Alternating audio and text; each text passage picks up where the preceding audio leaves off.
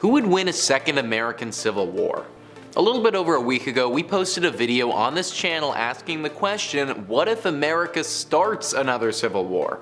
In that one, I evaluated how it would happen, why it would happen, and who might be the powers fighting in this civil war. Lots of you had some strong opinions on that video about exactly how it would transpire and which side might win said civil war. Considering we already went down the rabbit hole of what would happen if the civil war took place, we may as well continue on this road and see who would actually win that fight. Now, in that last video, I gave a breakdown on the initial American Civil War, and I think it would be ignorant of me to not at least give a brief description in this one as well, just so we all understand what we're potentially dealing with here. The American Civil War started in 1861 and raged until 1865. The war ended when the Confederacy, who were the collection of 11 southern states, finally surrendered to the Union, who were the collection of the remaining northern states. This war was extremely violent, and over 620,000 Americans died because of it. Now, at the time, it's estimated that America had 31.5 million people living in the states.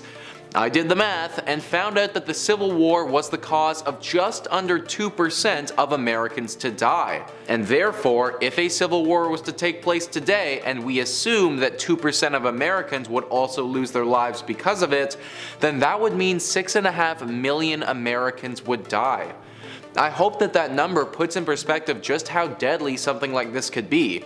All of this to say that a second American Civil War should not be taken lightly. The first war happened due to a lot of different reasons, but most historians say that the South was concerned their laws would be changed and wanted to secede from the United States to maintain their way of life. The biggest spark to this was the election of Abraham Lincoln, who notably did want to change a lot of things in the states, outlawing slavery being one of the most notable. This Civil War, although brutal, set the groundwork for America over the next 150 years and was the start to closing the gap between the North and the South. It took many generations, but it seemed as if that divide was becoming less and less. Over 150 years later, the divide in America feels bigger than it has in a long time. It's also no longer as simple as just the northern states and the southern states, but this divide is all over the country. The two groups that most people point to are the right-winged political thinkers and the left-winged political thinkers. This is by no means absolute and cannot simply be made black and white like that. Wealth, status, occupancy, race, religion, gender, and many other variables all are contributing factors to go along with the political beliefs and cannot be ignored when considering this issue. That being said, this is a sub 10-minute video, and therefore diving into the intricacies of each side's motivations would be impossible. However, we do need to understand a little bit about both sides, or else this question is unanswerable. Now, it's important to note that not all right-winged political thinkers and left-winged political thinkers would take up arms and start a civil war. At the beginning, I would imagine that it would only be a small subsection of radicals that would do this. Similarly to what we saw in the United States Capitol building attacks, where they were attacked by a small unorganized group. The only way that this war would escalate into a bigger affair where most right-winged political thinkers and most left-winged political thinkers are involved is if the other side is threatening one's way of life. To explain that, I'm going to use an example.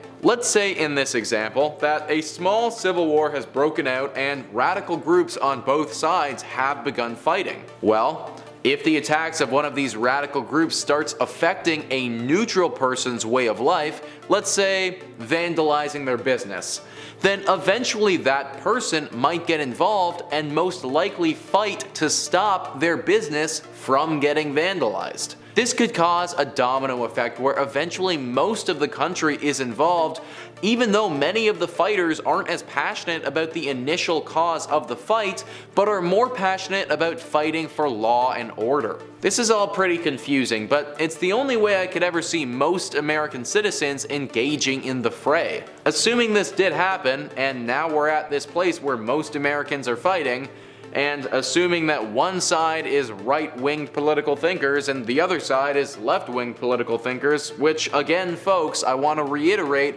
are massive assumptions and shouldn't be taken as fact because this is a ridiculously complex issue. But anyways, assuming those things are the case, then just on a pure numbers standpoint, the right-wing group would have more people than the left-wing group. Typically, a right-winged political thinker associates with conservative values, and a left-winged political thinker associates with liberal values.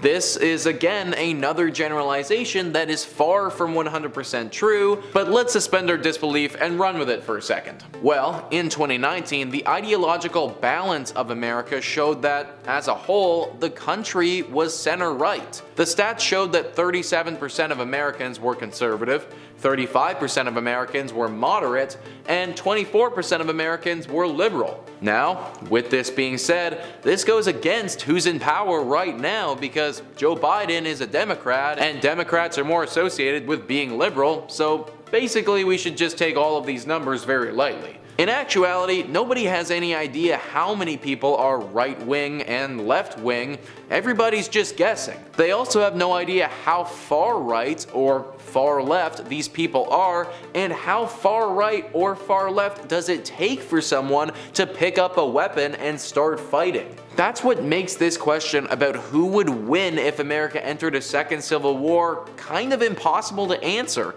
because it's impossible to know exactly who would be fighting and where this fighting would take place. Now granted, I can tell you one group who would be on the winning side of this fight if it did happen.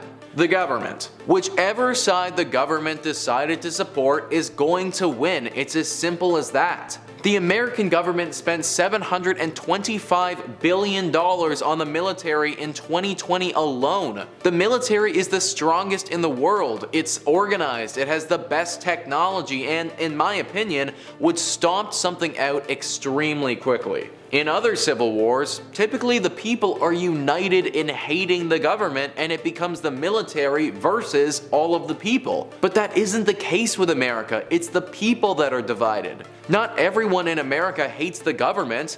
I could argue that at least half of them like the government at any given time. Also, if they don't like said government, then in 4 years they have the power through democracy to change it. So if it was right-winged political thinkers versus left-winged political thinkers, well, whatever side poses a threat to the rule of law and wants to oust the government first is the side that would lose. If both right and left-winged political thinking groups wanted to start their own government and oust the current one, then they would both lose. Whichever force the government chooses to back is the winner in my opinion. It's just impossible in today's world with the technology that we have to ever build a force strong enough to even rival the American government. The military would hear about it immediately and stop it before it could even get going. The only time that the government wouldn't be a clear winner in my opinion is if the military split apart into several groups of their own.